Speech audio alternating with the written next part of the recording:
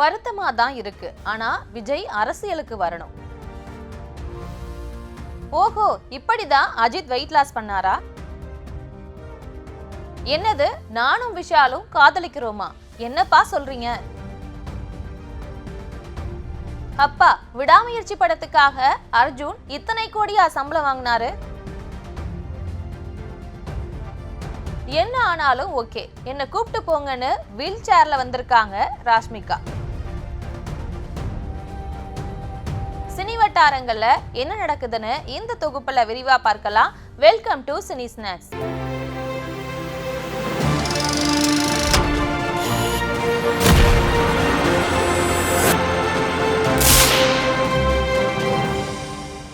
தமிழ்ல வெளிவந்த முகமூடி படம் தான் நடிகை பூஜா ஹெக்டேவோட அறிமுகமான திரைப்படம். அதன் பின் தெலுங்கு சினிமாவிற்கு சென்ற பூஜாவுக்கு தொடர்ந்து பல படங்களை நடிக்கும் வாய்ப்பு கிடைச்சிச்சு. தற்போது முன்னணி நடிகையாக வலம் வராங்க. இவங்க தற்போது தளபதி விஜயோட ஜனநாயகன், சூர்யாவோட ரெட்ரோன்னு முக்கிய படங்களை கைவசம் வச்சிருக்காங்க. ரசிகர்களோட மனதை கவர்ந்த நடிகை பூஜா ஹெக்டே தற்போது சினிமாவில் 12 ஆண்டுகளை கடந்திருக்காங்க. அதனால ரசிகர்கள் தங்களது வாழ்த்துக்களை பூஜா ஹெக்டேவுக்கு சமூக வலைத்தளங்களை தெரிவித்துட்டு வராங்க.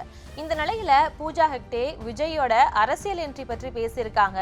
இதுல விஜய திரையில பார்த்து கொண்டாட இது அவரின் கடைசி படம் என்பது எனக்கு மிகப்பெரிய வருத்தத்தை கொடுக்குது. ஆனா அவர் அடுத்த கட்டத்தை நோக்கி பயணிக்கிறாரு. அந்த பயணத்தை நானும் ஆதரிக்கிறேன்னு அவங்க கூறியிருக்காங்க. தமிழ் சினிமாவில் முன்னணி ஹீரோவாக இருக்கும் அஜித் குமார் தன்னுடைய உடலை கிண்டல் செய்யும் வகையில பலரும் கருத்துக்களை தெரிவிச்சுட்டு வந்த நிலையில உடல் எடையை குறைச்சி ஸ்லிம்மாக மாறி அனைவருக்கும் பதிலடி கொடுத்திருக்காரு. படத்துக்காகவும் கார் ரேஸுக்காகவும் உடல் எடையை குறைத்ததா சொல்லப்படுது. இந்த நிலையில விடாமுயற்சி படத்துல அஜித்தோட பணிபுரிந்த நடிகர் ஆரவ் அஜித் தனது உடல் எடையை குறைக்க என்ன செஞ்சார் என்பது குறித்து சமீபத்துல பேட்டி ஒன்றுல பகிர்ந்திருக்காரு. இதுல நடிகர் அஜித் அசைவத்தில் இருந்து சைவத்துக்கு மாறியதால தான் அவரால் உடல் எடையை குறைக்க முடிஞ்சுன்னு சொல்லியிருக்காரு. மேலும் அஜித் சைவத்திற்கு மாறினாலும் அவர் எங்களுக்கு அசைவம் சமைச்சு கொடுப்பார்னு நடிகர் ஆரவ் கூறியிருக்காரு. உடல் எடையை குறைக்க அஜித் எடுத்துக்கொண்ட முயற்சி குறித்து நடிகர் ஆரவ் பேசியது தற்போது இணையதளத்துல ரசிகர்கள் மத்தியில வைரல் ஆகிட்டு வருது. விஜயும் த்ரிஷாவும் கோலிவுட்டின் ரீல் ஜோடிகள்ல ரசிகர்களுக்கு ஃபேவரட். இதுவரை 5 படங்கள்ல சேர்ந்து நடிச்சிருக்காங்க. கடைசியா இருவரும் லியோ படத்துல நடிச்சிருந்தாங்க. அடுத்ததா கோட் படத்துல ஒரு பாடலுக்கு இருவரும் சேர்ந்து நடனம் ஆடின நிலையில இப்போ த்ரிஷா சினிமா விட்டு விலக போவதாகவும் விஜய் ஆரம்பித்திருக்கக்கூடிய தமிழக வெற்றி கழகத்துல சேரவிருப்பதாகவும் சிரிக்கும் ஒன்னும் தகவல்கள் வெளியாகிருக்கு. இந்நிலையில த்ரிஷா கொடுத்த பழைய பேட்டி ஒண்ணு தற்போது ட்ரெண்ட் ஆயிட்டு வருது.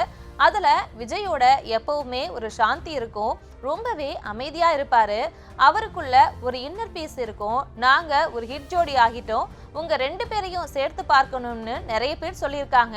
கில்லியோ திருப்பாச்சியோ டிவியில ஓடுனா எனக்கு நிறைய மெசேஜ் வரும், மக்கள் அதை விரும்புறாங்கன்னு பழைய பேட்டி ஒன்றுல பேசியிருக்காங்க த்ரிஷா. 2025ஆம் ஆண்டுல தமிழ் சினிமாவில் வெளிவர இருக்கும் முதல் பிரம்மாண்டமான திரைப்படம் தான் விடாமுயற்சி. மகிழ் திருமேனி இயக்கத்துல அஜித் நடிப்புல உருவாக்கி இருக்கக்கூடிய இந்த படத்தை லைகா நிறுவனம் தயாரிச்சிருக்கு. ஆக்ஷன் கிங் அர்ஜுன் முக்கிய கதாபாத்திரத்துல நடிச்சிருக்காங்க. ஏற்கனவே அஜித் அர்ஜுன் கூட்டணியில வெளியான மங்காத்தா படம் மாபெரும் வெற்றி அடைந்ததால விடாமுயற்சி படத்தோட எதிர்பார்ப்பு எகிரி இருக்கு. வருகிற 6ஆம் தேதி இந்த படம் வெளிவர இருக்கும் நிலையில இந்த படம் குறித்து சுவாரஸ்யமான தகவல்கள் தொடர்ந்து வெளிவருது. இந்த படத்துல நடிகர் அர்ஜுனோட சம்பள விவரம் குறித்து தகவல் வெளியாயிருக்கு. அதன்படி இந்த படத்துல நடிப்பதற்காக நடிகர் அர்ஜுன் 5 கோடி ரூபாய் வரை சம்பளம் வாங்கியிருக்காருன்னு சொல்லப்படுது. நாடோடிகள் படம் மூலமா தமிழ்ல அறிமுகமானவங்க தான் நடிகை அபிநயா. இவங்க மார்க் ஆண்டனி படத்திலும் நடிச்சிருக்காங்க. இந்நிலையில சில மாதங்களுக்கு முன்பு நடிகை அபிநயாவுக்கு விஷால் ப்ரொபோஸ் செஞ்சார்னு விரைவில் இவங்களுக்கு கல்யாணம்னு செய்திகள் பரவி வந்துச்சு. அது குறித்து அபிநயா விளக்கம் கொடுத்திருக்காங்க. அதுல நான் ஒருவரை 15 வருடமா காதலிக்கிறேன், சின்ன வயசுல இருந்தே நாங்க நண்பர்கள், அவர் என்னுடைய ஃப்ரெண்ட் என்பதால அவரிடம் என்னால என்ன வேணாலும் பேச முடியும், எந்த விதமான ஜட்ஜ்மெண்ட்டும் இருக்காது, நாங்க எங்களுடைய கல்யாணத்தை பற்றி இன்னும் பிளான் பண்ணிக்கல, அதுக்கு டைம் இருக்கு. அதுபோல விஷால் ரொம்ப தங்கமான மனுஷன், அவர் ரொம்ப பாசிட்டிவான ஆளு, படப்பிடிப்பின் போது நாங்க எல்லாம் ஒன்னாதான் உட்கார்ந்து சாப்பிடுவோம்னு சொல்லியிருக்காங்க. விஷால் ப்ரப்போஸ் பண்ணாரு, எங்களுக்கு சீக்கிரம் கல்யாணம் ஆக போகுதுன்னு வர செய்தியெல்லாம் நம்பாதீங்க, எங்களை சுத்தி வர வதந்திகள் எல்லாம் ரொம்ப முட்டாள்தனமானதுன்னு தெளிவா விளக்கம் கொடுத்திருக்காங்க நடிகை அபிநயா. தென்னிந்திய சினிமாவில் முன்னணி நடிகைகள்ல ஒருவர் தான் ராஷ்மிகா மந்தனா. இவங்க புஷ்பா 2 படத்தின் வெற்றிக்கு பிறகு பாலிவுட்ல சாவான்ற படத்துல நடிச்சு முடிச்சிருக்காங்க. இந்த படம் மராட்டிய பேரரசர் சத்ரபதி சிவாஜி சாய்பாய் தம்பதியின் மூத்த மகனான சத்ரபதி சம்பாஜி மகாராஜாவின் வாழ்க்கை வரலாற்றை மையமாக கொண்டு உருவாகியிருக்கு. இந்த படம் வருகிற 14ஆம் தேதி வெளியாக இருக்கு. இந்த நிலையில இந்த படத்தின் ப்ரமோஷன் நிகழ்ச்சி ஹைதராபாத்ல நடைபெற்றுச்சு.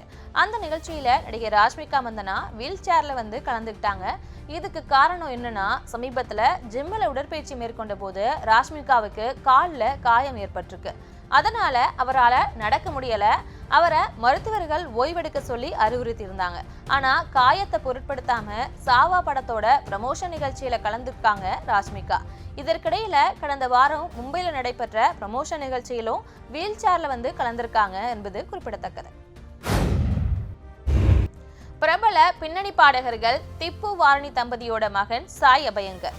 இவர் கட்சி சேர் என்ற பாடலை பாடி இசையமைத்து வெளியிட்டிருக்காரு. இந்த பாடல் மக்களிடையே மிகப்பெரிய வரவேற்பு பெற்று இணையத்துல வைரலாச்சு. அதனைத் தொடர்ந்து ஆசக்கூட என்ற பாடலை வெளியிட்டாரு. இந்த பாடலும் இளைஞர்கள் மத்தியில பெரும் வரவேற்பு பெற்றுச்சு.